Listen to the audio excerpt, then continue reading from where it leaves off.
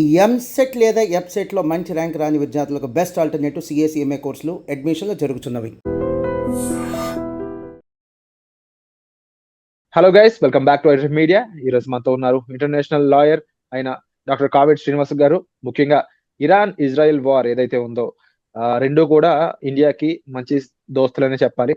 But America పాత్ర అలా అయితే ఉండదు కాబట్టి ఇరాన్ మీద తను ఆల్రెడీ వార్ ప్రకటించడం ఉండొచ్చు, అక్కడ కొన్ని ప్రాంతాల్లో బాంబు దాడులు చేయడం అయి ఉండొచ్చు, ఆల్రెడీ జరుగుతూనే ఉన్నాయి. అయితే ఇలాంటి టైంలో వీటి ఇంపాక్ట్ ఇంటర్నేషనల్ గా ఏ విధంగా ఉంటుంది, ఇండియా మీద ఏ విధంగా ఉంటుంది, క్రూడ్ ఆయిల్స్ కానీ లేకపోతే డిఫరెంట్ ఎక్స్పోర్ట్స్ ఇంపోర్ట్స్ సంబంధించిన విషయాలు, ఇంటర్నేషనల్ న్యూస్, ఇవన్నీ కూడా మనం ప్రముఖ ఇంటర్నేషనల్ లాయర్ అయిన డాక్టర్ కావేటి గారిని అడిగి తెలుసుకుందాం. నమస్కారం సార్. నమస్కారం అండి. సో ఇరాన్ ఇజ్రాయెల్ వార్ ఎప్పటి నుంచి అయితే జరుగుతూ ఉందో, ఎప్పుడు అంతు లేకుండా అది కొనసాగుతుంది సంవత్సరాలు దశాబ్దాల కింద. అయితే ముఖ్యంగా ఇప్పుడు పెద్దన్న పాత్ర ఇందులో ఇజ్రాయెల్ కి సపోర్ట్ గా ఇరాన్ పై దాడులు ప్రకటించడం, దాడులు చేయడం, ఇది ఒక బిగ్ థింగ్ గా మారిందని చెప్పొచ్చు ఇంటర్నేషనల్ గా. సో దీని ఓవరాల్ ఇంపాక్ట్ డిఫరెంట్ కంట్రీస్ మీద, ముఖ్యంగా ఇండియా మీద ఏ విధంగా ఉండే ఛాన్స్ ఉందంట? ఇప్పుడు ఫస్ట్ ఆఫ్ ఆల్ అండి, మనకు చాలా మందికి మనం అర్థం చేసుకోవాల్సింది ఏంటంటే, ఇప్పుడు ఇజ్రాయెల్ వాళ్ళు జూయిష్ దేశం అండి. మరి ఇజ్రాయెల్ వాళ్ళు ఎందుకు వాళ్ళని అటాక్ చేశారు? ఫస్ట్ థింగ్ అది. ఇక్కడ ఏమవుతుందంటే అండి, ఇప్పుడు మిడిల్ ఈస్ట్ లో చాలా అన్రెస్ట్ అయిపోయింది.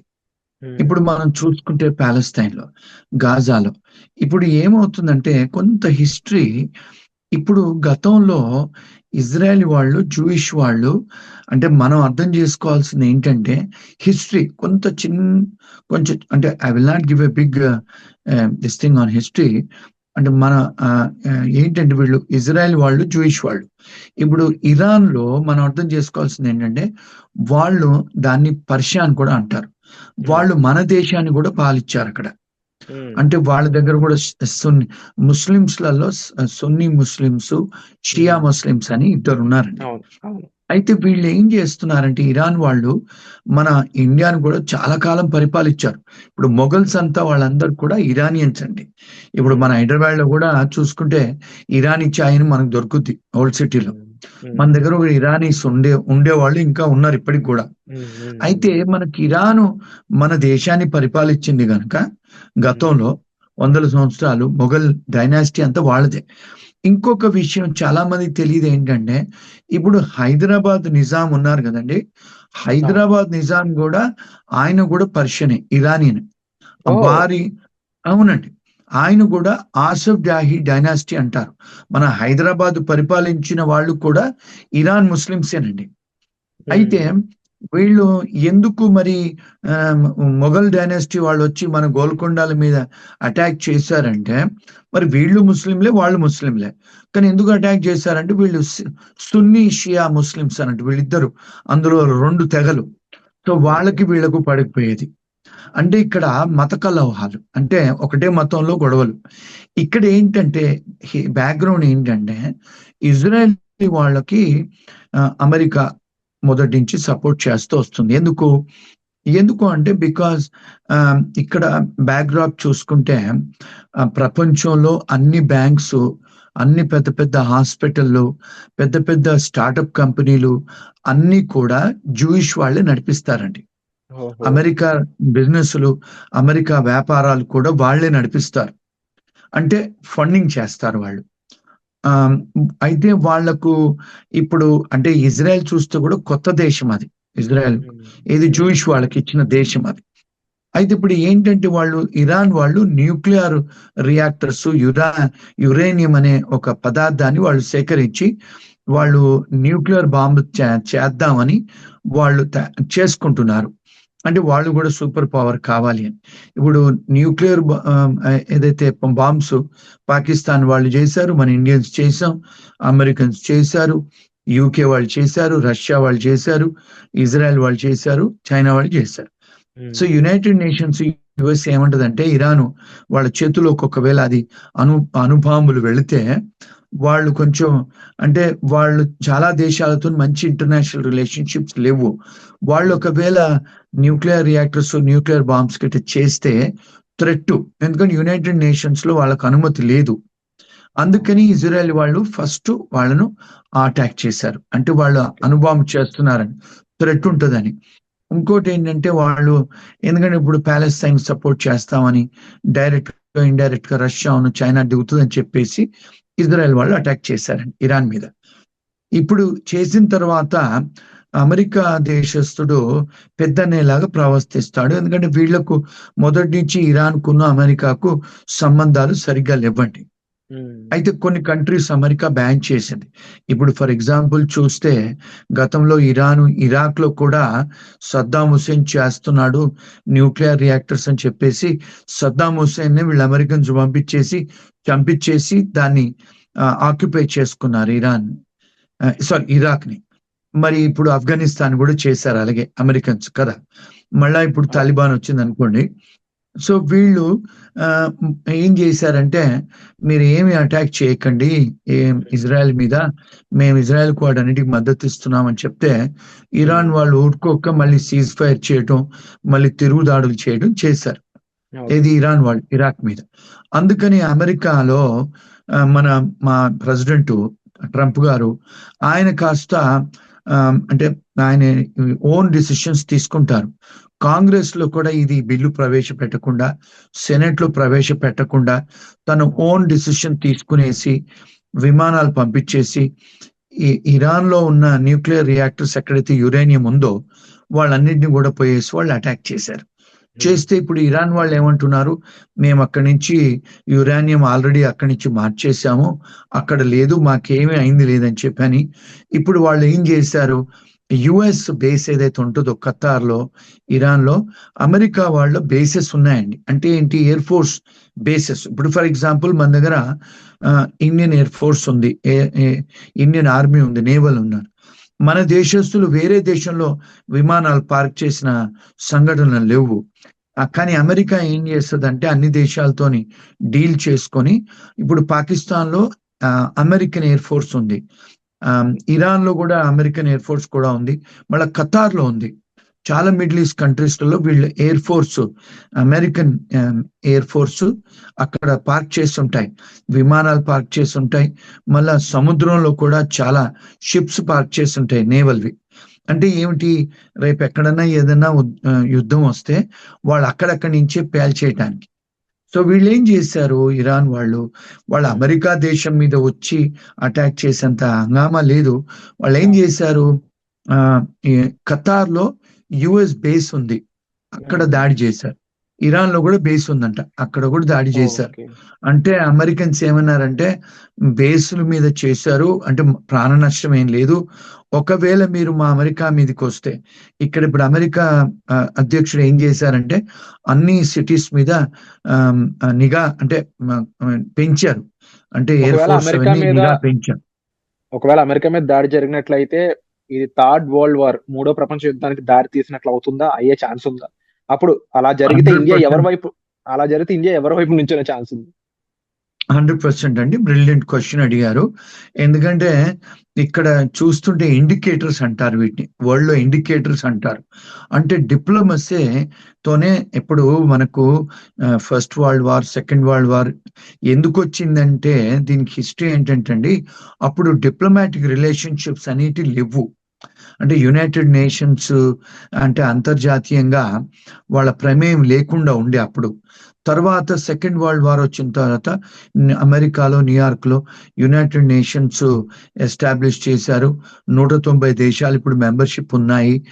డిప్లొమసీ మీదే ఎక్కువ పీస్ ఉండాలి ప్రపంచంలో అని చెప్పేసి వీళ్ళు ఇప్పుడు డిప్లొమాటిక్ గా చూడాలి, మాట్లాడాలని చేస్తున్నారు. యునైటెడ్ నేషన్స్ లో సెక్యూరిటీ జనరల్లో ఇమ్మీడియట్ గా ఎమర్జెన్సీగా మీటింగులు పిలుస్తున్నారు, డిప్లొమాటిక్ కన్వర్జేషన్స్ జరుగుతున్నాయి.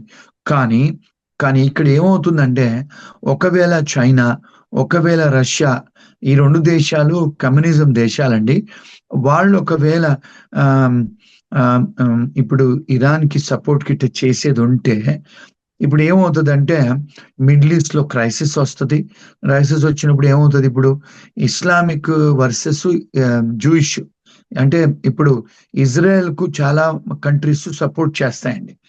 ఎందుకు అక్కడ కూడా డెమోక్రసీ ఉంది, అక్కడ కూడా కాన్స్టిట్యూషన్, వాళ్ళు కూడా మంచి రిలేషన్షిప్ మెయింటైన్ చేస్తున్నారు ప్రపంచంగా. వాళ్ళ air force one of the best అండి. Israel air force is the best in the world now. అంటే అమెరికా అంత ఈక్వల్ గా వాళ్ళు చేసుకున్నారు వాళ్ళ విమానాలే కానీ వాళ్ళ టెక్నాలజీ కానీ. సో ఇప్పుడు ఒకవేళ ఈ డిప్లొమాటిక్ రిలేషన్షిప్ బ్రేక్ అయ్యి డిప్లొమసీ బ్రేక్ అయితే డెఫినెట్ గా థర్డ్ వరల్డ్ వార్ అయ్యే ఛాన్సెస్ ఉంటాయండి. ఇప్పటికే చూసుకుంటే 40-50 దేశాలు ప్రపంచం మొత్తంగా యుద్ధాలు జరుగుతున్నాయి. సైబర్ అటాక్స్ అనుకోండి, కోల్డ్ వారే అనుకోండి, లేకపోతే నిజంగా యుద్ధాలే అనుకోండి, చాలా దేశాలు ఇప్పుడు యుద్ధంలో ఉన్నాయి. ఒకవేళ అంటే ఇప్పుడు ఇంకొక విషయం ఏంటంటే, మా అమెరికా ప్రెసిడెంట్ తన ఎలక్షన్స్ లో ముందు నేను పీస్ చేస్తాను డిప్లొమాటిక్ గా, ప్రపంచంలో యుద్ధాలు చెయ్యను అని అంటే వారు ఆ నినాదంతో వచ్చారు కనుక ఆ ప్రోటోకాల్ తోని గెలిచారు వారు. కానీ వీళ్ళు ఇక్కడ ఏమంటున్నారు డెమోక్రట్స్, మరి ఆ నినాదంతో వచ్చి నువ్వు అందరి మీద అటాక్ చేస్తున్నావు అని చెప్పి, ఇప్పుడు ఇక్కడ కూడా పాలిటిక్స్ ఉన్నాయి కదండి, ఇక్కడ కూడా డెమోక్రట్స్ ఉన్నారు, రిపబ్లికన్స్ ఉన్నారు, పీస్ పార్టీస్ ఉన్నాయి, ఇక్కడ కూడా జరుగుతున్నాయి డిస్కషన్స్, ఇక్కడ కూడా డిబేట్స్ జరుగుతున్నాయి. కానీ వేచి చూడాలి మరి ఏమవుతుందో. కానీ ఇప్పుడైతే సందేశాలు అయితే కనపడుతున్నాయి. ఇప్పుడు ఒకవేళ ఇది ఇప్పుడు డిప్లొమాటిక్ గా వాళ్ళు ఇరాన్ వాళ్ళు, ఇజ్రాయెల్ వాళ్ళు కూర్చొని సెక్యూరిటీ కౌన్సిల్లో డిప్లొమాటిక్ రిలేషన్షిప్స్, పీస్ కీపింగ్ అవన్నీ చేయకపోతే, ఒకవేళ రెండు సైడ్స్ లో వెళ్తే, ఇప్పుడు అమెరికా ఒక సైడ్ వెళ్ళి రష్యా ఒక సైడ్, చైనా ఒక సైడ్ వెళ్తే డెఫినెట్ గా వరల్డ్ వార్ కు తీస్తుందండి. అంటే కొన్ని ఇక్కడ ప్రెడిక్షన్స్ కూడా ఉన్నాయి ప్రపంచంలో. కొంతమంది బైబిల్ కూడా రెవల్యూషన్స్ ఉన్నాయి అంటున్నారు. ఇప్పుడు మన దగ్గర కూడా యుద్ధం అవుతుందేమో అని చెప్పి మన బ్రహ్మం గారు కూడా చెప్పారు. కొంతమంది ఇంటర్నేషనల్ ప్రెడిక్షన్స్ కూడా ఉన్నాయి ప్రపంచ యుద్ధం కావచ్చు అని. ఇండియా ఏ సైడ్ నుంచోడానికి ఎక్కువ స్కోప్ ఉంది అంటారు? యాజ్ ఏ ఇంటర్నేషనల్ లాయర్ గా, అని మీరు ఎన్నో దేశాలు తిరుగుతూ ఉంటారు, ఇండియన్ డెసిషన్స్ కానీ, ఇండియన్ ఫార్మేట్ కానీ మిగిలిన కంట్రీస్ తో ఏ విధంగా ఉంటుందో మీకు బాగా తెలుసు. సో ఇండియా నెక్స్ట్ డెసిషన్, మన డిప్లొమాట్స్ ఏ విధమైన రోల్ ప్లే చేస్తారంటారు? ఏ సైడ్ నుంచి ఉండే ఛాన్స్ ఉందంటే, ఇప్పుడు మొన్న యూక్రెయిన్ లో యుద్ధం అయినప్పుడు అండి, యూక్రెయిన్ వాళ్ళు మన అడిగారు మనకు సపోర్ట్ చేయండి అని. యూక్రెయిన్ కి ఇండియా కూడా మంచి రిలేషన్షిప్స్ ఉన్నాయి. మరి గతంలో మనకు ఇందిరాగాంధీ గారు ఉన్నప్పుడు మనకు రష్యా చాలా ఫ్రెండ్స్, బాగా ఫ్రెండ్షిప్ ఇందిరాగాంధీ గారు ఉన్నప్పుడు. తర్వాత ఇప్పుడు మనం అమెరికాతోని స్నేహితం చేశాము. ఇప్పుడు మోడీ గారు ట్రంప్ గారు ప్రతిసారి మీటింగ్స్ లో చెప్తారు Modi is my good friend అని. మోడీ గారు కూడా చెప్తా ఉంటారు నాకు ట్రంప్ చాలా గుడ్ ఫ్రెండ్స్ అని. ఇప్పుడు మొన్న మోడీ గారు అమెరికాకు వచ్చినప్పుడు ఎప్పుడు కూడా అమెరికన్ అధ్యక్షుడు ఒక ఇండియన్ ప్రైమ్ మినిస్టర్ కే గాని, ప్రెసిడెంట్ కే గాని ఒక చేరు వెనక్కు లాగి కుర్చీ వేసిన సంఘటన లేదండి. ఎప్పుడు కూడా ట్రంప్ గారు ఎవరికి కుర్చీ వేయరు. ఆయన అలాంటిది మనం మీడియాలో చూసాము. ట్రంప్ గారు వచ్చినప్పుడు ఆయన కుర్చీ వెనక్కు లాగి కుర్చీ వేశారు అమెరికన్ ప్రెసిడెంట్.